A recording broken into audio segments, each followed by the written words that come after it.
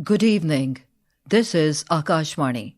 I'm Anuja Kumar with the news at 9.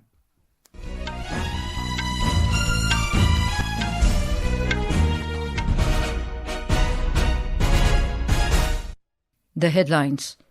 Prime Minister Narendra Modi holds series of bilateral meetings with world leaders on the sidelines of India AI Impact Summit in New Delhi.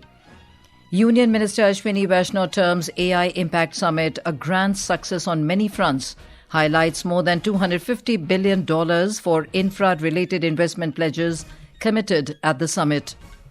Union Home Minister Amit Shah says centre is spearheading development works in border areas including Indo-Pakistan border, launches Vibrant Villages Programme 2.0 at Nathunpur village in Assam. Supreme Court directs deployment of serving and former district judges to assist Election Commission in SIR of electoral rolls in West Bengal. US Supreme Court terms President Donald Trump's sweeping tariffs on countries as illegal. And in ICC T20 World Cup, last Group B match between Australia and Oman underway in Sri Lanka.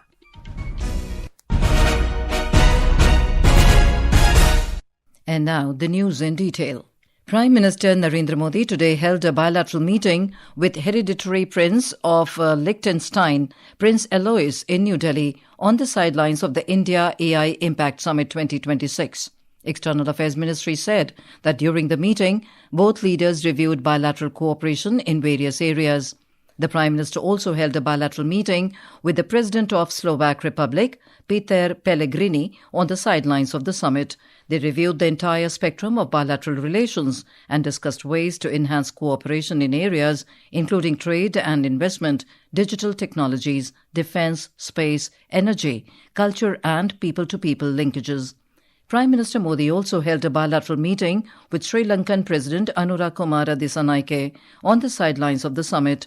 In a social media post, Mr. Modi said they discussed avenues of cooperation in areas such as energy, connectivity, infrastructure, healthcare, skilling, culture, blue economy, and more. The leaders also took stock of the progress in India-Sri Lanka relations in recent times. Prime Minister also held a bilateral meeting with Prime Minister of Mauritius, Dr. Naveen Chandra Ramgoolam, on the sidelines of the summit. Both leaders reiterated their commitment to work closely to further strengthen India-Mauritius enhanced strategic partnership, particularly in harnessing emerging technologies for the progress and prosperity of peoples of both the countries. During the meeting with United Nations Secretary-General Antonio Guterres, Prime Minister Modi exchanged perspectives on UN reforms, especially giving greater voice to the Global South. Electronics and Information Technology Minister Ashwini Vaishnaw today said the AI Impact Summit has been a grand success on many fronts. Briefing media in New Delhi this evening, Mr. Vaishnaw said more than 5 lakh visitors have enjoyed this exhibition, learned a lot and interacted with many experts from the world. He elaborated that practically every major AI player in the world participated in large numbers. More from our correspondent.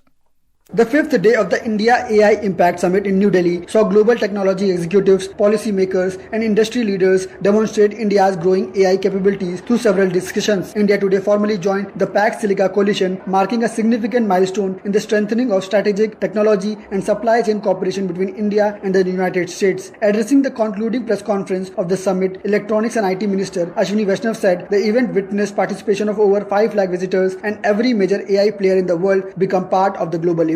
He said during the summit, investment pledges have already crossed $250 billion for the infra-related investment. We also have a lot of investment pledges. I think the number is growing each day. So it's already crossed $250 billion for the infra-related investments. For the New Delhi declaration, Mr. Vaishnaw said that signatories have crossed 70 and all major countries have signed. He added that by the time summit concludes tomorrow, the numbers can cross 80. Tomorrow is the last day of the India AI Impact Expo. Government extended the expo for one more day because of the overwhelming response from exhibitors, innovators and visitors. This will allow more students, professionals and general visitors to interact with exhibitors to understand practical deployment models, data security standards, compliance mechanism and real-world impact of AI. Aman Yadav, Akashvani News, Delhi.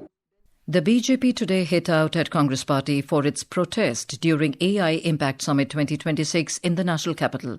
Addressing a press conference in the national capital, BJP national spokesperson Dr. Sambit Patra alleged that the Congress Party is against the idea of India. He said that 4 people have been arrested, including the National Secretary of Youth Congress. Mr. Patra claimed that the alleged act is not an experiment, but a deliberate attempt to malign the country's image. The BJP spokesperson also accused the Congress of lacking the insight to recognize that India is hosting this AI summit and not the BJP.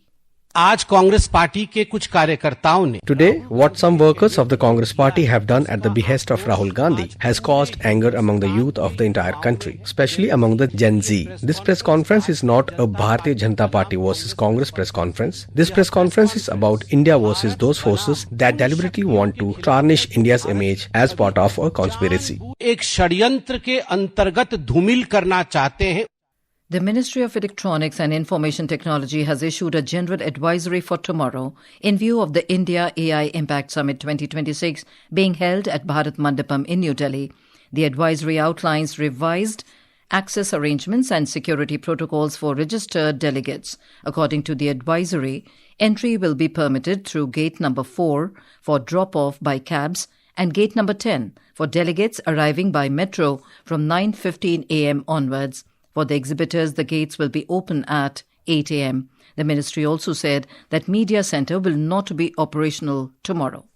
Home Minister Amit Shah today launched the Vibrant Village Programme 2.0 at Nathunpur in the Indo-Bangladesh border area of Katigora in Kachar district of Assam.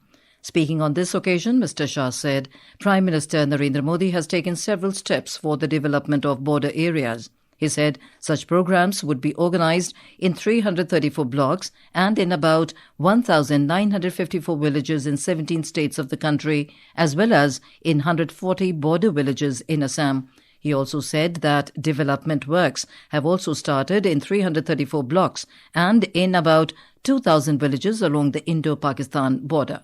Terming the illegal encroachment a biggest problem in Assam, the Home Minister said encroachers have occupied several villages. He said the Bharatiya Janata Party government has taken effective steps to stop encroachment in the last 10 years. In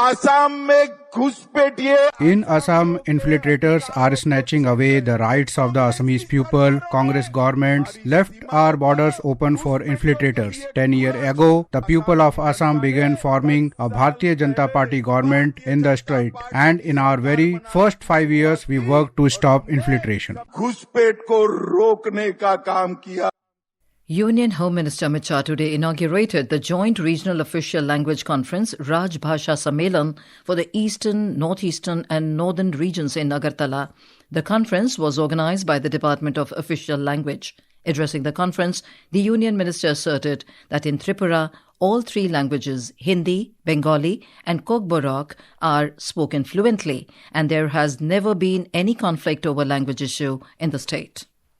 The Supreme Court today directed the deployment of serving and former district judges to assist the Election Commission in the Special Intensive Revision or SIR of electoral rolls in West Bengal.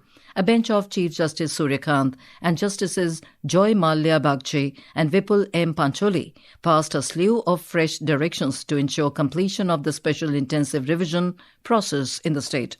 The bench ordered deputation of judicial officers for adjudication of claims and objections of persons put under logical discrepancy list. It asked the Calcutta High Court Chief Justice to spare the judicial officers and find former judges to assist in SIR work, as it took serious note of the state government not sparing enough Grade A officers for the revision exercise. This is Akashwani giving you the news. For quick news updates round the clock, follow us on our X handle at AIR News Alerts. And for details of these stories and more, log on to our website www.newsonair.gov.in and download the News on AIR app. The U.S. Supreme Court ruled that President Trump does not have the authority to unilaterally impose sweeping tariffs on nearly every country under a federal emergency powers law. The ruling is seen as a significant blow to the president's signature economic policy. The Supreme Court ruled against Trump's tariffs in a 6-3 majority. In its ruling, the U.S. Supreme Court said that Mr. Trump exceeded his authority in imposing sweeping tariffs through a law reserved for a national emergency. Earlier, the High Court rules the International Emergency Economic Powers Act does not authorize the president to impose tariffs. Supreme Court upheld a lower court ruling from the U.S. Court of Appeals for the Federal Circuit that ruled Mr. Trump's tariffs were illegal. The Ministry of External Affairs today said that both India and the United States are working to finalize the mutually beneficial trade agreement. Addressing the media in New Delhi, MEA spokesperson Randeep Jaiswal said that a delegation led by the chief negotiator will visit the US next week. We had adopted the joint statement between the United States and India recently, and as per the joint statement, both sides are now working to finalization of the interim agreement of a mutually beneficial bilateral trade agreement. What I understand is that a delegation from our side, a team led by the chief negotiator from our side, is expected to visit the United States next week. Communications Minister Jyotiraditya Scindia today met his Brazilian counterpart Frederico de Siqueira Filho in the national capital. In a social media post, Mr. Scindia said India and Brazil are committed to further deepening strategic digital partnership, working together to expand connectivity, bridge the digital divide, and ensure resilient, affordable and inclusive access for every citizen. He added that both countries are looking forward to co-learning and exchanging best practices to strengthen digital ecosystems. Prime Minister Narendra Modi will participate in the groundbreaking ceremony of the HCL Foxconn joint venture project in the Yamuna Expressway Industrial Development Authority in Uttar Pradesh through a video conferencing tomorrow. The project is aligned with the government's efforts to strengthen domestic manufacturing capabilities, reduce import dependence, and build resilient global supply chains. With this initiative, country's semiconductor ecosystem will receive a major boost, fostering innovation, skill development, and technology transfer. The combined index of 8 core industries registered growth of 4% in January this year on an annual basis. The index eased from a revised 4.7% in December and 5.1% from January in the previous year. According to the data released by the Commerce and Industry Ministry, the moderation reflects continued weakness in energy-related sectors, even as steel, cement and electricity maintained positive momentum. Commerce and Industry Minister Piyush Goyal has said that India is on the right track and exports will play a key role in sustaining the country's position as the fastest-growing large economy over the next 25 years. He said this while launching 7 additional interventions under the Export Promotion Mission aimed at strengthening MSME exports in New Delhi. In Nigeria, 33 people were killed in a coordinated attacks by armed militant group on a district in northwest part of the country. The assault occurred on Wednesday in the Biu community of Kebbi State, according to police. Authorities said the attackers crossed into the area from neighboring Sokoto State, where parts of the territory are occupied by the Lakurawa insurgent group. And in sports, in ICC T20 Cricket World Cup, last Group B match is underway between Australia and Oman in Sri Lanka. Chasing a target of 105 runs set by Oman, Australia was 75 for no loss in 6.2 overs when reports last came in. Earlier, Australia won the toss and opted to bowl first. Oman were all out for 104 in 16.2 overs. And now, before we end the bulletin, the headlines once again. Prime Minister Narendra Modi holds series of bilateral meetings with world leaders on the sidelines of India AI Impact Summit in New Delhi. Union Minister Ashwini Vaishnaw terms AI Impact Summit a grand success on many fronts, highlights more than $250 billion for infra-related investments pledges committed at the summit. Union Home Minister Amit Shah says centre is spearheading development works in border areas including Indo-Pakistan border, launches Vibrant Villages Programme 2.0 at Nathunpur village in Assam. Supreme Court directs deployment of serving and former district judges to assist Election Commission in SIR of electoral rolls in West Bengal. US Supreme Court terms President Donald Trump's sweeping tariffs on countries as illegal. And in ICC T20 World Cup, last Group B match between Australia and Oman underway in Sri Lanka. That is all in the news at 9. Good night.